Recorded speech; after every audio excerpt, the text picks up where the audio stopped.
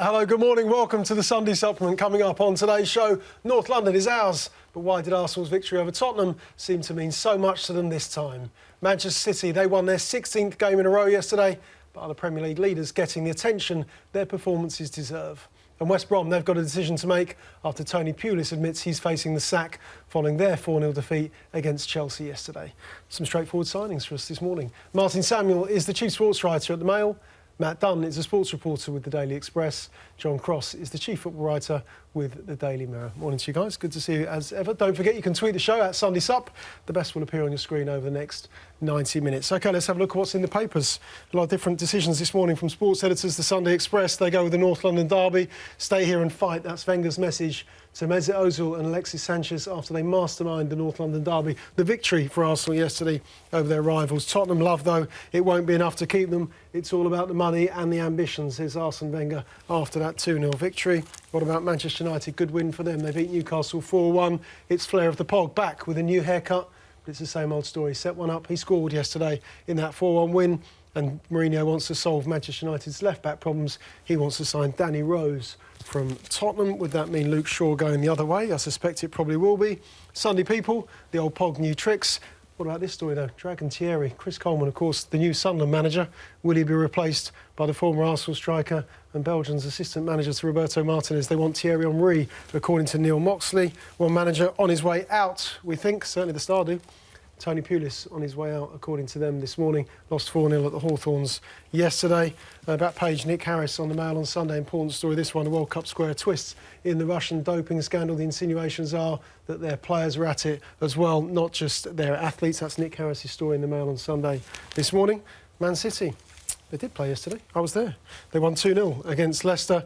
Kevin De Bruyne and Gabriel Jesus on the score sheet. That's Pep Guardiola's reaction to De Bruyne's goal. Wow. It was a good goal as well from the outside of the box. Columnists, some of the sports columnists, some of our favourites on the show. Oliver Holt in the Mail on Sunday. An important piece, this. King Kenny, of course, his documentary being released this week. King Kenny's finally finding some peace. Oliver Holt has known Kenny for an awful long time. He's a good man. And so is Ollie as well.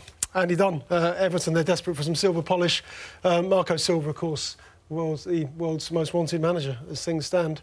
But according to Sky Sports News this morning, he's staying put. We'll find out if he is from the guys a little bit later. We'll get their opinion on Silva and his managerial career in England. But first up, we're going to talk North London derby. Martin, you were at the game. All three of you guys were at the game yesterday, of course. It just felt to me as though this one had been built up into something that perhaps enhanced status or a game that perhaps we hadn't seen it build in such a way before. I mean, is that fair? What was your reading of it? Is that not the nature, though, of modern sport, basically, that everything is now hype beyond? You know, you see some very, very mediocre boxing contests or whatever that are hype beyond all belief, and you know, comeback upon comeback and things like that. And I think that football is no different. You know, the hype that surrounds every single meeting of Manchester United and Liverpool, for instance, even when I think it was Gary Neville said it was the Red Lion versus the Dog and Duck one particular season, but that didn't stop there being this this whole hoopla around the meeting of the two teams. And North London derby's the same. I mean, being inside the Emirates yesterday, it felt fairly lively. I mean, I don't think any of the guys that were hooting and hollering from the minute the match started had been rolled up by the newspapers or rolled up by the media or the television or the radio. That would have happened anyway. And there is this thing going on in North London at the moment where every single meeting of Arsenal and Tottenham is sort of built up as, is this the changing of the guard match? And I think the sort of shift in power, and everyone expects in one of those games Tottenham to make some massive statement by giving Arsenal some shellacking, or you know, and that's what everyone's waiting for, because everyone, you know, like last season, so you know, Tottenham finish above Arsenal, Tottenham go into the Champions League, Arsenal go into the Europa League for the first time in 2 decades virtually. You know, Tottenham have beaten Real Madrid this season, Arsenal in that sort of Thursday-night graveyard that will get going after Christmas and when people start taking an interest more in the knockout stages. So all of this points to some huge defining moment, And what happens, as usual, is at the minute Tottenham are favourites, Tottenham don't arrive. And that is the biggest problem that Mauricio Pochettino has got. That you look at what happens with Tottenham, they mount this sort of title challenge, which is invariably trying to catch somebody. They're trying to catch somebody, and so they've got no pressure because Leicester are taking all the pressure, or you know, Chelsea are taking all the pressure. And when Tottenham get near, and then everyone goes, this could be Tottenham's season, and then Tottenham fade away. And you know, that's again what happened yesterday. That everyone is thinking this is going to be some match where Tottenham put down some big marker against Arsenal, and coming into the game as favourites for some reason, I don't know why, it doesn't suit them. I don't think it's any coincidence that their marquee performance this season is against Real Madrid on a night when people actually didn't fancy them too much because they got a good result away. But you're thinking, the more you play Real Madrid, you know, the more chances there is of Real Madrid beating you because they're a good team. So people didn't really fancy them that night, and Tottenham was sensational. And you're thinking that's the Tottenham that's going to turn up again at Arsenal, and they didn't. So, in answer to your question, no. You could have said that. Kick off. Yeah, I could have said that at the start, really. Yeah, we're about 10 minutes into the show now, Matt. You do get a turn to speak, and so do you, Crossy, in a minute. Why didn't they turn up? But I think the level that they didn't... It wasn't their best performance. Real Madrid was their best performance, as Martin described. But they are moving on in levels. I think people forget where Tottenham were just 2-3 years ago before Pochettino arrived. They're basically where Arsenal seem to be now, which is playing in the Europa League, getting all excited about the North London derby in the hope of getting some bragging rights. And the whole thing seems to have switched, and yeah, regardless of the result, I think the dynamic has changed in North London. What they have learnt this season is to win after Champions League matches. The game against Palace was a game that they would have lost last season, perhaps. What they still haven't learnt to do, and if they're going to win a title, that's what they've got to, is to beat the big teams. But who does beat the big teams at home? I mean, Pochettino's record's 1 in 17, I think it is. Mm-hmm. But all the big teams win at home. So to be that special team that can win the title, that's what they've got to crack. They're still growing together. I think they've overcome the hurdle of dealing with Champions League fixtures back-to-back. But, yeah, this one, it is a tough one to crack. They're not there yet. I think they were missing some key players. I think they lacked energy because Wanyama wasn't playing. They have got players that can improve that side. But Arsenal played out of their skins and, you know, were the better team and deserved to win. So, you know, if Tottenham couldn't deal with that, then perhaps they're not quite title challengers yet. Crossy, you were banging the drum in the week about how big the North London derby is and how much it means to the two clubs. I guess you meant certainly the supporters, obviously. Does that extend to the players as well? I think it does. I did a piece with Lee Dixon last week, and he was sort of saying that back in his day, I think the previous players, the past generations, cared a lot more. He remembered before the first North London derby, Tony Adams pinned him up against the wall and said, right, you've got to win this. This means everything. And kind of, he was questioning whether that then means as much to the supporters. And I feel, to the current generation, the current players. I felt yesterday as if the current players accepted what it meant and fed on the energy of the supporters and the momentum within the Emirates, which is not always there, you have to say, and really and performed as a result of that. It just winds me up, I think, that sometimes people are dismissive of what local bragging rights mean, and derbies generally, whether that be Manchester or whether that be, you know, Merseyside, the North East, whatever it means. And I always remember sort of Arsenal finishing above Spurs on the final day of the 2015-16 season, and sort of, you know, journalists and sort of pundits and be it radio or TV taking the mickey out of Arsenal fans celebrating for finishing above Spurs, saying they should have bigger targets. Well, that's in essence what a rivalry is about. And you've clearly never been a supporter of a club if you've said that. You've never been a paying punter, and you just don't get it because it still means everything. And I guess yesterday proved that as well, because for Spurs, does it mean everything for Crossy? When Arsenal have been competing, they played in the Champions League final against Barcelona back in 2006, the Invincibles in 2004, all those great title triumphs under Wenger, go back to George Graham, 89, and of course the documentary that's just been released, the 89 documentary. Didn't Arsenal move away from all that? Well, I suppose they set their standards higher, and the fact then that they are celebrating finishing above and beating Spurs is rather damning of where they are now. But it still means something, and that's what I'd never understand this sort of kind of demeaning of what a win over your rivals means, because it still means who do you support in the first place, and basically. I think your first target as a fan is your local rivals. I still think that means everything. I still think that should be celebrated. And listen, it's bigger for Spurs at the moment, isn't it? Because basically going away to a team and making a big statement victory is what convinces people that you are genuine contenders. I mean, Pochettino and Tottenham haven't won at one of their top 6 rivals since they won at Man City in February 2016. And their overall record as a club is diabolical against their top 6 rivals. And I guess we built it up as being of more significance to Tottenham to make a statement victory that they can go and win the league as much as the sort of local rivalry thing.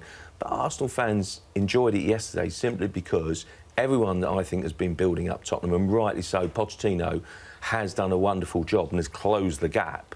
But I still think that Spurs would need to finish above Arsenal for at least 5 years before we can talk about a power shift being completed. But, Crossy, what happened to Arsenal's statement victory that they made against Manchester City a couple of seasons ago when Wenger had suddenly cracked it and shown that they could go on and win titles? That dissipated into nothing. I know Arsenal were crowing yesterday that their players had run, according to their stats, 120k. Tottenham had only run 118. I don't believe in being able to give 110%. So when I look at last year's figures and Arsenal only run 110 kilometres a game, you wonder, were they playing at 90% every week and just turning up for the big games? What, as a manager, has that got to do for you? Because Wenger's looked at that performance, thinks, well, they can do it. Why aren't they doing it every week? Will they do that against Burnley next week?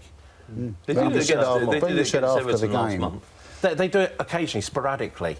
I mean, Sanchez and Ozil chasing down on goal in the last minute. Fantastic to see. But do we see that every week from those two players in particular? Do you see any team do it every week? I think you see the winners of the Championship do it most weeks. But I think generally, right throughout the course of the Premier League and the Premier League table, it's defined by one team being better than the rest week in, week out, and they are champions. And I think this season it'll be Man City. Yeah. And everyone else, I think, will be inconsistent and they have their great points and their sort of the low points. I mean, I've seen a lot of Spurs this season and they've been fantastic on occasion. Absolutely brilliant, great to watch, absolutely. But they need that statement victory and they need a consistency to really convince us that the Spurs are going to be the real deal and top dogs in North London. But that's why we have a league table to measure things over this season. At the moment, Tottenham are Champions League and Arsenal are Europa League. And yesterday there were signs that possibly, if they really gave their all more consistently, it should be the other way round. Wenger said after the game that was asked, I think John asked him about the North London derby and what it actually meant to him, and he said that there is a guilt. The longer you're at a club, he said, you feel guilty about the rival if you don't win, and that you know, because you know how much it means to everybody. And I thought it was a very decent thing to say, that you know, that this sort of bond that he feels with Arsenal and everything. But you'd like his players to feel a little bit of that guilt as well. You'd like his players to take a little bit of that responsibility and think, right, all of the energy in yesterday's game, and I know there's a highlight show, obviously, on BBC Match of the Day, and that made the game look very, very even. But actually, yesterday, all of the energy came from Arsenal. Arsenal were flying into, so they were flying into tackles and blocks like Jose Mourinho's old Chelsea team when they were at their absolute best, when John Terry used to just throw himself on it like he was trying to smother a grenade. And Arsenal were like that yesterday, and you think, well, where's your guilt? Where are these guys every single week if they can play like that? Because their energy level was so modern. And when you look at Arsenal, and the criticism one would make of Arsenal is that they've been left behind a bit by this modern high pressing game, high energy game, that they haven't got that in their team. They had it yesterday. They had it yesterday, and you think, right, well, I saw this same team at Liverpool, getting beat 4-0, I think it was, and Liverpool were flying everywhere, and Arsenal were absolutely supine. And you thought, well, you can't see how that's the same group of players. Perhaps, though, they can't do it every week because their training methods aren't set up for them to do it every week. That's something Pochettino trains his players hard know. and works them hard so that they can produce that type of football week in, week out. Occasionally they miss out, not quite there, but generally they're there or thereabouts. Whereas Arsenal, Arsene Wenger, I looked at... He came as this modern innovator from Japan in 1995. That's about the same time as we had PlayStation consoles. We're now, by the time his contract runs out, they're going to be bringing out the PlayStation 5. We're still on Arsene Wenger 1. He's not adapted, like you say, the modern technique of putting more energy into his play. Yesterday, he's finished below Spurs once in 21 Great timing, years. Matt, by the way. On the weekend they beat Tottenham. He's finished below Spurs once in 21 years. You can still get 90 minutes of pleasure off a PlayStation console. Can you? I don't know. But yeah, I've grown out of that now. The kids say, but yeah, it's not once in 21 years. We've had. But he's had the resources. He's still got more resources than Tottenham have got. And he's not achieving with them in the major, what Pochettino described as the real trophies. Sorry, this is getting very suspicious. You like Wenger and Wenger. You don't want to go down. I don't think he should be sat this week. Quick round, yeah. OK, let's side issue here, which was in the week. For those who didn't see Mail Online, every Daily Mail reporter was asked to name their combined... Not every Daily Mail reporter. Well, there probably were. You might not have answered the email, I don't know. Or maybe you're exempt. You didn't do it, did you? I didn't All the others played by the book and filed their combined Tottenham Arsenal 11s. Adam Crafton picked an entire team of Tottenham players, not one Arsenal player in his 11. Which caused a great deal of social media storm, didn't it, at the time? Particularly so after yesterday's game when Arsenal tweeted a picture of Mesut Ozil sipping a cup of tea and a wink and a smile. Thanks very much. Cheers, Adam. Thanks for that. Adam then tweeted last night that he'd got a lot of abuse off the back of that tweet from Arsenal's official Twitter account. Some of it anti-Semitic, homophobic, other more sinister tweets as well that were directed at Adam. Can I just ask your thoughts on, first of all, the decision or the idea, the editorial idea, concept to have the combined 11s? Because I know you're quite strident on your opinions are quite strident on this, and also what happened subsequently with Arsenal's tweets. I think it would be wrong to say it was just the Daily Mail and Mail Online website running those combined 11s. I think every website, including my own, and I certainly didn't file one because I think it was probably the most prominent, just because Adams was the 11. He picked 11 Tottenham players. It was just all over social media on Friday. Everyone piled in. Don Hutchison did one, which was just featured one Arsenal player, for example. And I just laughed because, I'm sorry, but 5 years ago we had this, and basically everyone was saying it was 8 or 9 Spurs players in. Arsenal would win at the weekend and then finish above Spurs, and everyone would do exactly the same the following year. And so I just think it's become a bit tired, bit stale, bit boring, and I just looked at that. I didn't look at the Mail piece, but I saw the tweets and the responses because I saw my great mate Ollie Holt basically, I can't remember how many he included, I think he would probably put in one, I think maybe. I just found it bizarre because then you're excluding Sanchez, you know, Bellerin I think has got a strong case as well. You know, I don't think you could have so few, but I do think Adams obviously caught a lot of attention. And then, look, I don't think... I was surprised that Arsenal tweeted him, basically, because, you know, it's a... This was minutes after the final whistle, wasn't it? Minutes after the final whistle, very soon after. I was surprised that they did it, because it's not the usual thing that Arsenal do. But social media is a fun place. It should be a fun place, and you're poking a bit of fun.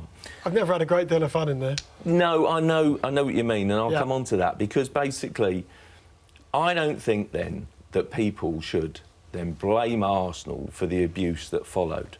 Blame the people on Twitter and dig out those people on Twitter for sending that abuse. Get them and take police and criminal action against them. But to blame Arsenal, I think you're hitting the wrong target there, because I take so much abuse on Twitter.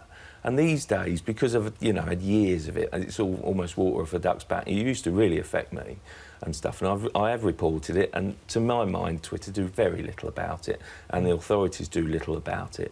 But I think to dig out Arsenal, I think on that one, it is unfair. Dig out the abusers. I think they're picking on the wrong target there, I must say. But I think if you're having a go, if you're making a strong opinion on it, can't people have a little pop back? Because it was a similar thing, wasn't it, in the FA Cup final? Basically, people picked their sort of 11s and said, oh, Arsenal got no chance. I think this London Evening Standard sort of did something, and sort of Danny Murphy and James Ollie sort of from that paper sort of, you know, backed heavily Chelsea, and Mesut Ozil then had a pop back, and I'm sure that those guys got equal stick. But I'm not saying abuse is right in any way, but come on, you should be able, I think, to have a little bit of a fun back, but at no point should you condone the abuse.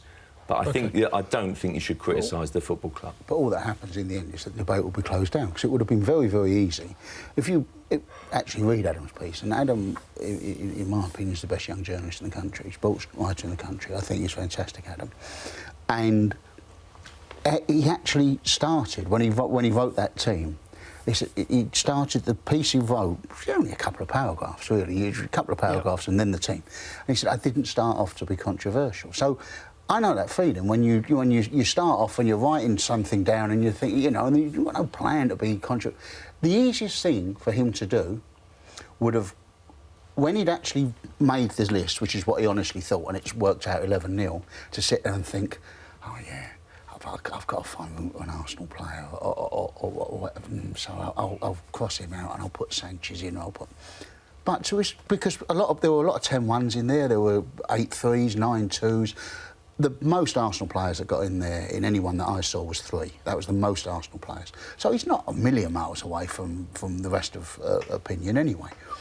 But the easy thing would be to then doctor that and go, right, 10-1. But to his credit, he thought, well, no, actually, I've made it 11-0, so I'll make it 11-0. Now, it's meant to be a bit of fun. That's all. It's an opinion. It's not. It's not a team we're ever going to see, is it? No, it's not a team that, you know, and it doesn't matter anyway. It's one guy's opinion. I mean, this is the thing. The extremity of the actions all the time is the strange thing, because all you're actually going to do is close down debate. You're going to make debate less interesting. You're going to make it less worthwhile, because people will then self-censor, because they'll look at it and go, well, I've got 11 Tottenham players here, which is actually quite an interesting thing. And if you're going to make the argument, that's quite an interesting argument to make. But then you'd go, oh no, but I don't want to get all this nonsense on social media, so what I'll do is I'll make it 9-2. And that's boring. You know, that is actually, you know... Particularly if you don't believe it. If you don't believe it, because your argument will be boring, because you're actually making an argument you don't believe. Whereas the argument you could make, the one that would actually have a bit of snap to it, is the 11-0 argument. Yeah, certainly is. You know. OK, good stuff, guys. OK, next up, we're going to talk Manchester City. They're top of the Premier League, but are they turning into the silent champions? More on them next.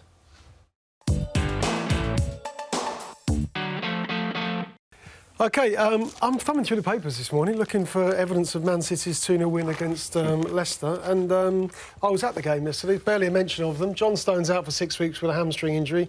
Doesn't make any of the back pages of the papers this morning, Matt. 16 wins in a row for City. I've got a bit of a bee in my bonnet about it. If this was Manchester United winning 16 in a row, or Arsenal, and the invincible season, perhaps Cross, you'll remind us about that season 2003-04 when we turn to him. But are they getting the credit they deserve for the football they're playing and this hot streak they're on? Probably not. No, not the quantity of, because it's taken as a given. Every week they seem to turn up. Every week they play some fantastic football. But Guardiola got battered last season, didn't he? His first season in English football, he failed. And he would probably accept he failed based on his history, what he did with Barcelona, what he did with Bayern Munich. So the great Pep's here. Why didn't you win the Premier League title? Why didn't you win the European Cup? Why didn't you win the FA Cup? Tables are turned, he's winning every week. Still doesn't get a mention. It baffles me. And look, I work for a newspaper. Hey, we're all in the newspaper industry, and it's all about the narrative. At the moment, it's just not particularly interesting because they are so good. If you watch a Formula 1 race, they don't show the leader going lap after lap at the front. They show the battles that go on down the field, and that's what we're focusing on at the moment. But come the checker flag time... The race for second. Yeah, whatever. But come checkered flag time, we'll all be writing, is this the greatest team ever to have won the Premier League? And that's when City will get the plaudits that they look certain to deserve. Crossy, let's go back to the Invincibles then. Can you remember, can you cast your mind back? That's a long time. I can't remember last week, Neil, but Since Arsenal last won the Premier League title. Were we writing about them week in, day out, about what a great side they were? I'm slightly bemused as to why. John Stone's not mentioning on the back pages this morning. 6 weeks out. Don't be so bitter that they haven't given your stories of projection more. Oh, God, honestly. That's what it's all about. Your boss will be watching. He'll be saying, "Oh God, criticising my judgment again." No, look, I tend to think that Arsenal did get more sort of on the back. I don't know whether that was kind of the personalities in the team at that time or the particular way it was going, whether you had more rows at various points, because everything, let's be honest, at the moment is running so smoothly for Man City. It's the rows and the upsets and the disappointments that largely get you on the back page, isn't it? But look, we'd be so naive and churlish not to give Man City the credit they deserve. I mean, I do think it's interesting in your match report when I eventually found it. I'm glad you read it. Well, absolutely. You make those comparisons to the great title winners of the past, and they are absolutely raising the bar. I mean, I think of the Invincibles and I think that's the best Premier League feat. Should we do a combined team? No, let's not. God, that's boring, isn't it? But it's just, I feel that 11 City players. 11 City players. To be fair, just to wind John up, really. To be fair, most of the Arsenal players are in their 40s and 50s. Yeah. I think the Arsenal defence Too would many stand a draws, chance as in Alex it. Ferguson always said But about City are playing unbelievable football. I would remind people that I tipped them for the title, but they are playing unbelievable football. Their front line is sensational, isn't it? And then they've moved De Bruyne back into a deeper midfield role. You've got De Bruyne out of his skin. You've got Sterling playing the best football of his life. He's fabulous. You've got Jesus playing sensational. Aguero breaking records. They are brilliant to watch. And they're absolutely unmissable at the moment. They're off the scale. They're on a different planet, aren't they, in terms of results and performances? And I think you're probably right. But it's this age-old thing about kind of when everything runs smoothly, does it create the same sort of back-page headlines as Guardiola did last season when I was at games at various points, when he was conceding the title, it was all going wrong. And frankly, they probably got more coverage last season for their mishaps than their glory this season, which is a bit of a shame. Yeah, 8 points clear at the top of the table as things stand. Martin, does history play any part in, when I say history, Manchester City history? Compared with Arsenal, the 3 Premier League titles under Wenger, Manchester United, the great Sir Alex Ferguson's side, Ollie Holt with Kenny Dalglish this morning, the great sides that Kenny managed at Liverpool in the late 80s. Does history play a part with City that we would always associate them with, well, failure? Well, no, it doesn't play a part in associating them with failure. It plays a part in the size of the club and therefore its ability to sell newspapers or generate online clicks, and that's the problem that Manchester City have got. And I know that their fans, certainly their communications department. You're saying they're not a big club? No, I'm saying they might be on after this. Let's put the feet up. Their communications department and their fans are always very, very touchy about the fact that their match report disappears down the page very, very quickly, and the Manchester United match report will stay higher and get more projection. We've got this thing now called the internet. It's an amazing thing. I don't know if you've heard of it. And so now in newspapers, we know exactly what people read. We never used to. Every now and then someone used to do a survey and it would turn out that everyone actually buys it for Hager the Horrible or the crossword or the horoscopes TV or Guide, something like TV Guide. No one ever bought it for the journalism. But, you didn't actually know if anybody read page 17, or, this little story down the side. We had no idea. Now, through the wonder of the internet, we know exactly what people read. And unfortunately, we've discovered that what everyone reads is Manchester United. That's all they want to read about. You will never, ever go poor if you fill your website full of Manchester United stories. Now, whether that is also skewing the narrative in newspapers as people become more aware that, you know, clubs have got a pecking order. You know, you will be far busier. Your traffic will be far busier writing about PSG than it will about Sunderland. Now, I've always thought Sunderland are a huge club. You know, they get 39,000 people, you know, they didn't playing. yesterday. Well, no, they didn't yesterday, I realise. But, you know, they'll get big crowds playing lousy in the wrong division. So, but what we're discovering is, what newspapers are discovering is that, well, actually, you know, if you write a good Sunderland story, and I can remember you getting a cracking Sunderland story. Can you? Yeah, very good Sunderland story about the player. I'm trying to remember the player's name. That it was. I'm like Cross, I don't remember what happened. Yeah, yesterday. exactly. But it was going back a bit. It was a good story of mine. It's a long time ago. When you was at the Mount, you got a cracking Sunderland story, and I remember talking to someone about it, and they said, but you know, what we discovered was it was a really, really good story, but no one cares. No one cares. No one cares. It was Sunderland, and you're thinking, but they're huge. But things are changing, and I think that's the problem that Manchester City have got. Also, best team in the league wins 2-0 at Leicester is not actually a surprising story. Best team in the league, or Pep Guardiola's team, gets beat by 4 at Leicester, which is what happened last season.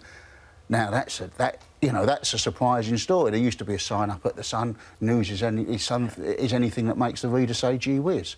Well, no one's going to say gee whiz if Man City beat Leicester. They're going to say gee whiz if Leicester beat Man City.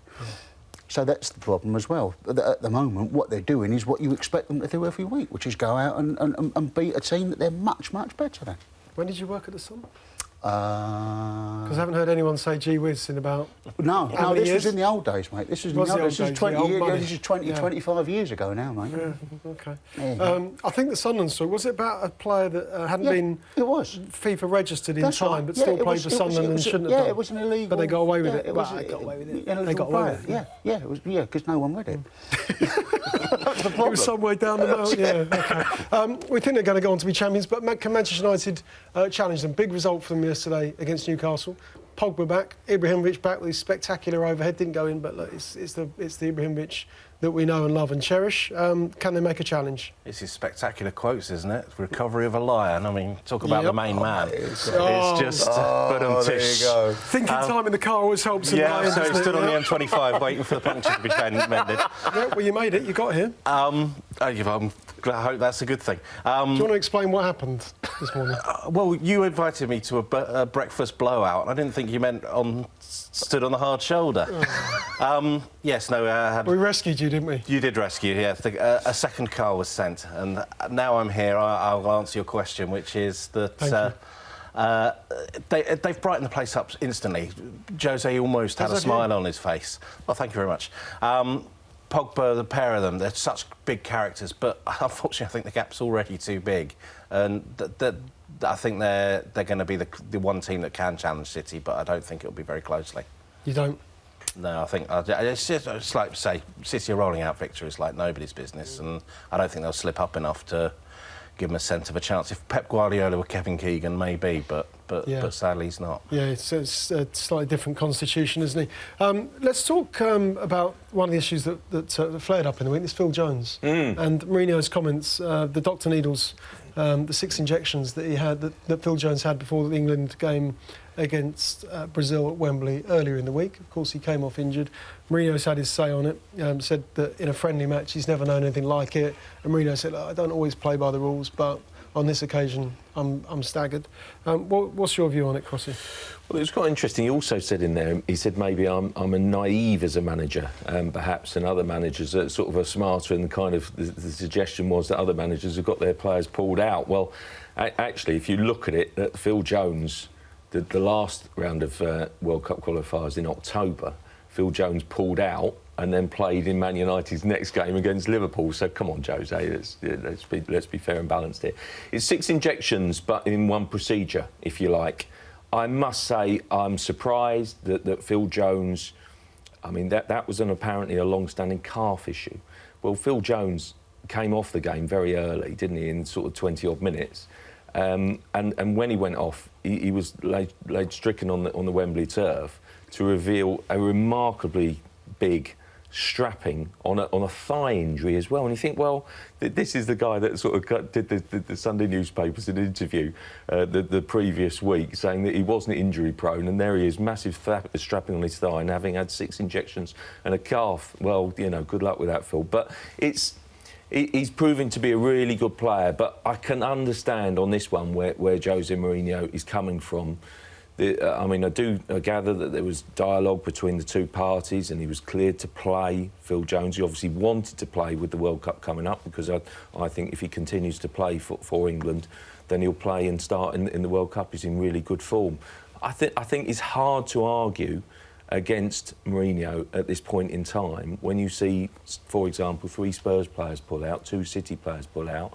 And you know, Mourinho's probably got a point on this one. Does he really need to play Phil Jones? He looked shaky from the start. He was clearly not fit, clearly not at his best, and he did himself no favours at all. So, with a little bit of balance, I've actually got sympathy for Mourinho on this one. Martin, if you look hard enough in the papers this morning, you'll see some quotes from Pep Guardiola. There'll be some way down the Mail website when they do the analytics overnight. But Guardiola talks about he talked yesterday about the international calendar. He just said, OK, I accept that Gareth Southgate has got to pick his players, so John Stones, who came off injured yesterday after 28 minutes. But Guardiola was getting to the point of, look, we've got so many games in December. We've got this guy playing at the very highest level for England against Germany, 90 minutes, Brazil 90 minutes. Then you're asking him to be picked against Leicester on the Saturday, then Feyenoord on Tuesday night, the Champions League, then it's game up, relentless. Is this just a product, Jones's injury, is this just a product of these guys who are just playing too much? They're being asked to play too much at the highest level. Yeah, but it's very difficult because you look at it from Gareth Southgate. I mean, it seemed to me in Guardiola, and you were there, so correct me if I'm wrong, but it seemed to me that Guardiola kept emphasising the word friendly all the time. He's in a friendly, friendly this and friendly that. And yeah, it is a friendly, because there's no points, as Guardiola said, there's no points. But at the same time, if you're Gareth Southgate, what are you meant to do with those games? You pick nobody that has got any chance of being involved on Saturday. Man's trying to prepare for a World Cup. So I can see it from Guardiola's point of view, where you're looking at John Stones, and now John Stones has got injured, and you're thinking, well, this would not have happened. But at the same time, I'm not going to sit here and say, well, Gareth Southgate was wrong to play John Stones, because someone's got to play at centre-half. He can't turn out himself, so someone's got to play at centre-half. And, you know, it would be helpful if it was someone who had some chance of playing in the World Cup. So I don't know what... He had a lot of people pull out. I don't know how many players he had available. The Phil Jones thing is interesting, because unless England's team doctors have chased him around the dressing room with the needles, Phil Jones has took that to play for England. Yep. And I totally get 6 injections to play in a non-competitive match. If I was his manager, his club manager, I wouldn't be happy. Having said that, I think it says something for Gareth Southgate that he was prepared to put his body on the line to play in that game. It says something for whatever it is that Gareth is building, that he felt that he needed to play in that game, otherwise he might go out of the reckoning. And so I think, looking at it another way, it's quite good for England that you've suddenly got players who are saying, yeah, you know, just give us a jab, I'll go out and I want to play for England, because, you know, we've had plenty of times in the last few years when people have questioned whether anyone wants to play for England. Phil Jones will start in the World Cup, I'm sure of it. Yeah. Should we be applauding Gareth Southgate for standing up to the club managers? It's what we've wanted as a country for so long. John Stones' injury, there was a hamstring, it went. He'd warmed up properly, he played for 27 minutes, he was in properly warmed up. If he'd been heavy-legged in the 80th minute and it had gone, then you ask questions about, is it overuse? These things happen. It's a tragedy. They're like, I'm back on Formula 1, racing cars or whatever, finely tuned engines. Things break, and that's what's happened here. It's got nothing to do with the 2 games he's played. Phil Jones, the F1 theme this morning, wasn't you? Oh, it seems to be, yes. So it's something to do with cars and things. It wasn't a 10-second tyre change for you, Dunny. No, it wasn't. No, unfortunately not. No, don't with one of them. You need to carry a spare tyre with you at all times. But I use that... well, insert your own punchline. sitting on the hard shoulder, I've rang a couple of people in football. 6 injections isn't out of the ordinary. And it was one procedure. I'm completely with you, Danny, on that. I think fair play said, to Gareth Southgate for standing up for it. I've got 5 games to go to the World Cup finals. You know, I haven't got many chances. I want to get my team right. And, he's got to play these players. And does this all go away when we're in the Nations League era? Because then we don't have friendlies. So Pep will be fine then, will he? And say, oh, well, no, you've got 3 points to play for to finish top of your Nations League Group A or whatever it is. You know, does that stop the problem? I don't think so. They'll still continue to moan. Yeah. Danny, I love the enthusiasm, the animation this morning. For that reason, I'm going to come to you next on Tony Pulis and whether he's going to get the sack at West Brom. He certainly seemed to think he will after yesterday's 4-0 defeat at home to Chelsea. More on him next.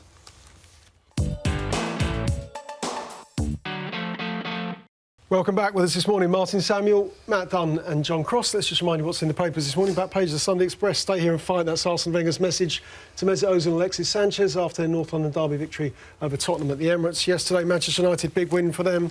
Flair of the Pog is the back page of the Sunday Mirror. Pogba back, scored, set one up yesterday, United's 4-1 victory. They're signing players as well. According to Simon Mullock, they're after Danny Rose at Tottenham. I'd imagine Luke Shaw will be on his way to link up with Mauricio Pochettino again if that happens. Back page of the Mail on Sunday, the World Cup square, twist in the Russian doping scandal. This is with Nick Harris, the doping extending beyond athletics and into football, according to Nick this morning. Back of the Sunday People. Dragon Thierry, he's been lined up to be the next Wales boss. Chris Coleman, of course, the new Sunderland manager. We're coming on to him a bit later on. Andy Dunn's column this morning in the Mirror. Everton, they're desperate for the silver polish. We understand the silver won't be going anywhere. We're going to come on to him. Oliver Holt's column, talking about King Kenny and the film that's been released this week. Big pals, Kenny and Oliver Holt, and he's finally finding some peace, that piece with Ollie this morning. Man City, there is some City in the paper this morning. You can find it in the Sun. Wow. That's Guardiola's reaction to City's goals yesterday at the King Power. What about this man, though? Is he facing the sack? Tony Pulis lost 4-0 at home at the Hawthorns against Chelsea yesterday afternoon. Crossy, he spoke in a very unusual way for Tony Pulis because normally he puts a brave face on things, but yesterday I just thought, OK, he knows he's on his way. Did you get the same impression? I did. I thought it was a very strong message from him, that it was almost like as if he was resigned to his fate. I think the issue with Tony Pulis, and this will divide sort of kind of West Brom fans and football fans in general, is that kind of the guaranteed safety up against the kind of the Tony Pulis way, if you like. And I think that age-old debate is, you know, what price Premier League survival always comes into it from West Brom. Yep. And I think actually it's really taken a few people, a few West Brom supporting pals that have basically reminded me, actually, it's not as if Tony Pulis came into a football club that was always kind of 17th from bottom, basically, and always fighting there for survival. It was a solid mid-table team. I mean, Roy Hodgson got the England job on the back of kind of guiding West Brom to mid-table security. And largely, ever since he left in 2012, they've had one or two flirtations. I mean, the Alan Irvine appointment wasn't good, but generally, they've been absolutely fine. And now Tony Pulis, I think, with a new contract only given to him in August, big Chinese financial backing, they have gone into the market, so it would be wrong to suggest that actually they haven't done big business, because they have. I mean, I know sort of Tony Pulis took to his programme notes yesterday, didn't he, to kind of almost defend that kind of the ratio, spend ratio and what he's achieved. But I think what yesterday struck me was that they were playing Chelsea, who are the reigning champions, of course, still a very, very good team and underrated, I think, this season for what they've done under Conte a little bit. I think it was always going to be a tough ask, but one thing you really wanted to see from West Brom was an improved level of performance. And clearly, the scoreline will tell you that it probably didn't get that. And actually, looking at the highlights of the game, it's hard to argue with that. And I think that Pulis spoke afterwards as a man resigned to his fate. Look, he was pictured on Barbados to a beach recharging his batteries, wasn't he?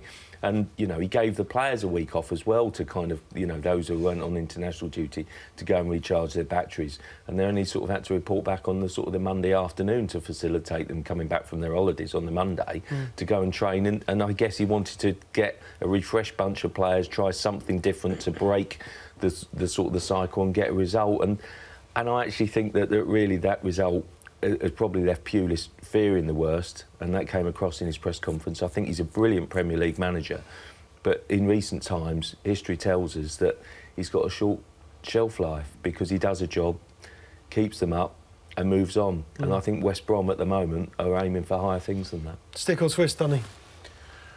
What do I think should happen, or what do I think will happen? Both. Well, I think what Tony Pulis knows, been in football long enough to know his days are numbered, and that's abundantly clear. But what I would say is, in the situation that West Brom are in now, the manager that you want to come and keep them in the Premier League, which has now got to be the focus here in, moving towards December, is Tony Pulis, or that sort of character. If they want to make that sort of holistic change and a change of philosophy, do it in the summer. When, instead of giving him a new contract, say, no, we'd like Crossy says, we want to up our game a bit, play with the big boys a bit more. Do that in the summer. But I mean, he tries to defend himself before in the press conference beforehand. He'd started it, pointing out people accuse us of boring football, but we've had 9 goals in our last 2 games. Well, now it's 13 in 3. I mean, that's not going to help West Brom fans, and he's arguing for all the figures. That's not going to sway any opinion. But he is a man who's shown a capable ability to get out of a hole. But he's the one that's put himself in the hole. Yeah, no, absolutely. It's bizarre, I know absolutely what you're saying. He's got a proven track record of getting teams out. Well, thankfully, that's a good thing because he's put himself in there. West Brom didn't set up this season to be in a relegation parallel because the same guy in the middle of it, John Williams, who, when he was at Blackburn, had Sam Allardyce as his manager. This is before the Venky's car crash arrived. And Sam Allardyce, he came in, he very reluctantly got rid of Paul Ince, which just wasn't working, got Sam in to save Blackburn. The following season, Blackburn was struggling again.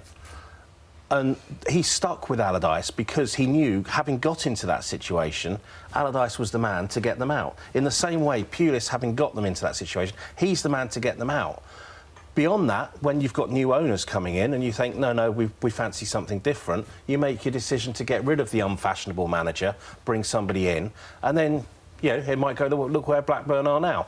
That could happen to West Brom if they make a wrong misstep. But as we are at the moment, to try and change things now, I can't think of anyone better than Pulis to try and sort it out and just keep them above water. But whether they'll be brave enough, again, John Williams is there. He won't want to get rid of him, and he's defended him this week. You don't know how much trust is put into him by the new Chinese owners and how much they want to put their own stamp on the club. Do managers talk themselves out of work sometimes, Martin? Because Tony Pulis yesterday, he'd had a meeting with the Chinese owners, on Friday, so he knew the pressure that he was under.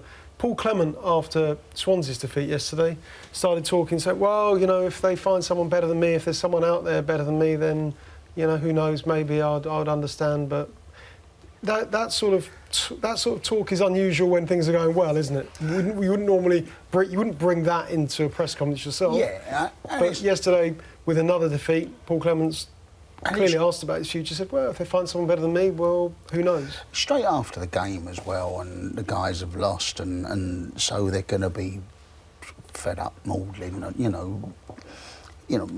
Pochettino was, who was right up the other end of the league, was not knowing he'd been confused with a fortnight's holiday in Benidorm after yesterday's game, to be fair. People are fed up. Tony Pulis, so he gets asked about his future, he doesn't give a, happy clappy answer. Neither does Paul Clement, because they've just got well beaten and they're looking at the league table, same as I am, and thinking, how many teams are there that are worse than us at the moment? And see, that's looking at this, I mean, someone's got to go down, and looking at that league table, there's a lot of ordinary teams that are interchangeable and that will be subject to the vagaries of form and confidence and a couple of injuries or a couple of bad buys, something that hasn't worked out.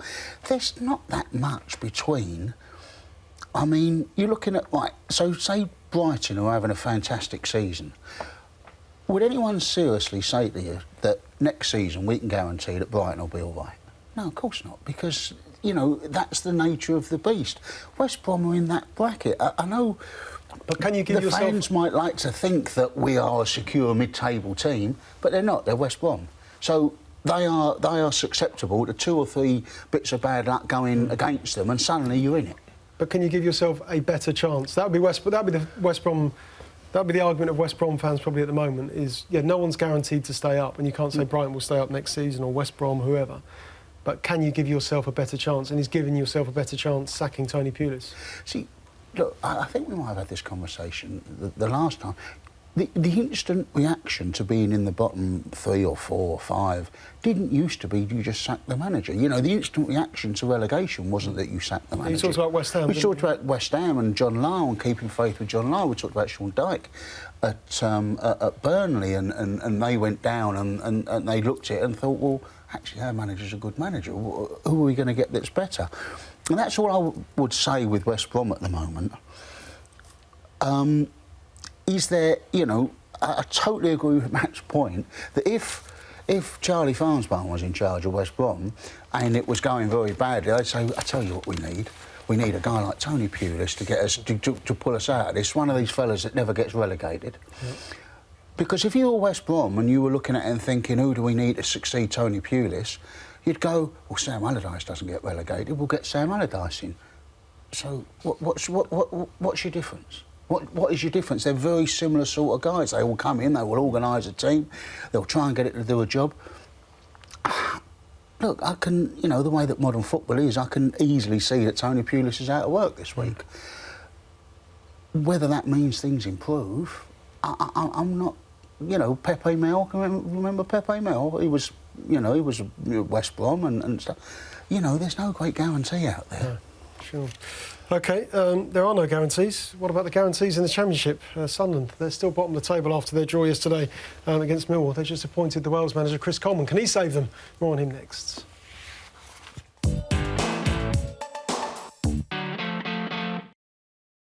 OK, Wales need a new manager. Are they going to get this man, Thierry Henry? He's the assistant manager to Roberto Martinez at the moment with Belgium. Of course, Arsenal legend. We'll get on to who should succeed Chris Coleman in a moment, Crossy. But Chris Coleman has jumped ship. He's about to be formally appointed as the new Sunderland manager. They are bottom of the Championship. They drew with Millwall yesterday. They can't win a home game. Why has he gone? Why has he gone for that job? Well, I guess at least he's got one thing in his favour. The only way is up. Or perhaps not. But I just feel that Chris Coleman... It's not, yeah. Chris Coleman just had this dilemma. And I thought he did so well at the Euros that basically could he have ever repeated that? And should that been the time to jump? Because his stock would never be higher. Fair play to him. He stayed in charge and came within a whisker, obviously, of reaching, the World Cup playoffs and then indeed the World Cup. And I just think probably the friendlies sort of hammered home the point to him that basically it's now or never. There's this point, isn't there, in international football? However you succeed and kind of almost overachieve, as Michael O'Neill has done, at what point can you then enter the club market? Because, there's no doubt about it, Coleman is by no means paid particularly well in managerial terms, so I guess that has to come into it. His pride and his passion for Wales is there for everyone to see, so this will be a heart-wrenching decision, make no mistake about it. But Sunderland is a massive, massive club, and I understand that people are ridiculing him and the choice. But if you can indeed then get Sunderland at their lowest ebb, and listen, even if they go down, people are not going to blame Coleman for it. Yes, he's expected, of course, to keep them up. That's part of the deal. But actually, I think there is enough in his energy and his recent managerial record and the way that he's improved players and got them working as a team, as incredibly tight dressing room and a unified one at that, then there has to be hope at Sunderland that if they can beat the drop, then he can revitalise a massive football club. And I think Coleman must look at it and think, well, where am I going to get in? In sort of, is it going to be a smaller Premier League team? Is it going to be somewhere in the Championship where I'm going to hide into nothing? He's certainly got that at Sunderland, but the payback onto it is that Sunderland, the absolute size of the club, you have to look at the hierarchy and sort of the ownership and the running of the club. It looks rotten, it looks failed, it looks embarrassing, but their Coleman has been parachuted in, I think, then to do a job, and I think he'll probably keep them up because he's got that positive energy right now. The fans have had enough, though, haven't they? At Sunderland, can Coleman change? Can Coleman change the mood at the Stadium of Light? 20 matches without a win. That's beyond momentum that he's got to turn around. Yeah, they're breaking records left, right, centre. Absolutely. I don't think they'll put that one up on the wall. Cardiff were in this situation last year. Look where they are now. Neil Warnock, someone who knows the Championship. From what I've heard from other Championship clubs, I think they're amazed that Coleman's thinking of going there, or is going there, because and Sunderland should be thankful that they've got him, because he is someone who can breathe fresh life into the club. But you say there's nowhere to go. There is a number of people that suspect that this is another big club crashing through the divisions because of the rot that's at the top. There's staff behind the scenes losing their jobs. Players, from what I've heard, feel guilty about that. There's angst going. I know players are supposed to put that when they cross the white line, but it does affect their preparation, everything else. On top of that, within the dressing room, I've heard that the fight that you've got to have within a dressing room to dig you out goes a little bit beyond where it should be and becomes finger pointing, and that's not very comfortable. Coleman's going to have to sort that out. And most important of all, he's got to somehow turn the atmosphere at the Stadium of Light, because a couple of teams that have gone there this season have said it's brilliant, because as soon as you get in front, they just treat it as deja vu up there, and you know you've won the game. It's just so hard for Sunderland to play in that environment, and you know that's not to blame the fans. It's what they've been fed for the last nearly a year, and if Coleman, he's got the energy to try and turn that around. But, you know, it is a big ask, and you know, good luck to him. Simon Grayson, everyone have felt that he stood a chance, but he's dealing with such sparse resources and second-choice players where, you know, you can't build a team. You've just got to make do with what you've got and try and fit them into the holes you want. And, you know, good luck to Coleman. You know, I hope he can do it, because it is a massive club, but it's a big ask. It's a big ask. At least he's got little Johnny Williams, Johnny Esther, on loan from Palace, Wales player, to... You'll know him, of course, in the Sunderland dressing room. Ryan Giggs, Sam Wallace in his column this morning, Sam's championing Ryan Giggs for the chance to become the Wales manager. We've seen on the back page of The People, Thierry Henry as well. Who should get the Wales job? Is this one for Giggsy? Well, I mean, someone should give Ryan Giggs a job. I mean, it's absolutely astonishing, really, that a guy that meant so much to football in this country is out of work, and has been out of work since Jose Mourinho arrived at Manchester United, and that's the question, isn't it? You know, why has no one given a chance to Ryan Giggs? And if anyone is going to, well then, you know, Wales would be a perfect job for him in terms of. It worked for Mark Hughes, didn't it? Yeah, absolutely. It's his country, and you know they need someone to take them forward. They need, you know, they didn't qualify. They possibly underachieved. When you look at what happened to the Republic of Ireland against Denmark, you'd look at that and think, how were Wales not the team in that fixture rather than the Republic of Ireland? So there, you know, it's a good job in terms of there is you know.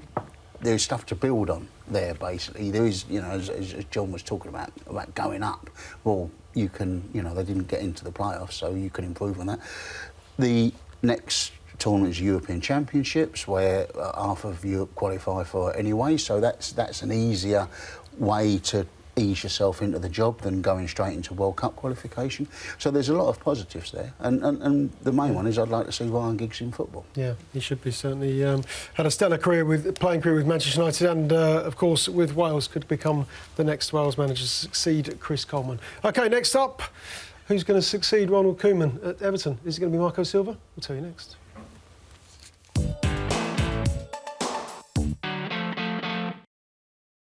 OK, we were talking about analytics on the internet earlier on, and Martin was talking us through it, how they work out what's the most read story. And we've had a tweet from Mike Anstead, who works in that online, and he says that Man City, they're all over the place. They're the seventh most read story this morning. Pep Guardiola talking about John Stones and his injury. Yeah, but that's a John Stones story. No, well, they're seventh. bad, is it? They're seventh. They're seventh. That's better than we thought, No, was it, because or not? but John Stones has got an interest beyond that Manchester City. It's an England story as well. But, I mean, they're the seventh most read. They're 8 points clear? There you go, 8 points clear.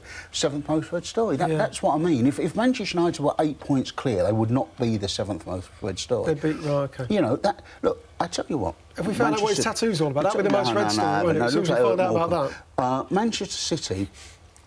They admit this. It's such a new thing, such a new phenomenon, this Manchester City as this huge entity in English football. You know, their communications department will say they even have a problem with the television, because if you look at like the people who go on TV and talk about Premier League football, you know, Manchester United players, Liverpool players, Arsenal players, Manchester, they haven't even got that. You know, they're still sort of relying on guys like Mike Summerby and stuff from before the Premier League era, because they actually haven't got that sort of reservoir of old, really successful Premier League players that can come on and talk about the title and stuff with the same authority as guys like Gary Neville and Jamie Carragher and Jamie Redknapp and people like that.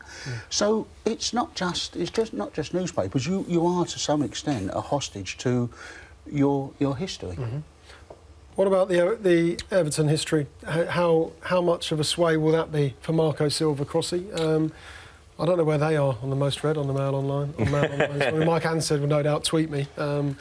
I reckon Everton will be right up there if their fans on social media are to be anything to be judged by, because they're very vociferous and they're very passionate and they're strong. Our and they colleagues at also Sky Sports News say Marco Silva's he's staying put. He's not going to go. Is there any way he can force his way out here? Does he want to go? Look, I think he'll stay, and kind of the information is that I've been getting as well, that basically he will stay, and then will he look at it again in the summer? Will Everton sort of kind of go back to him in the summer?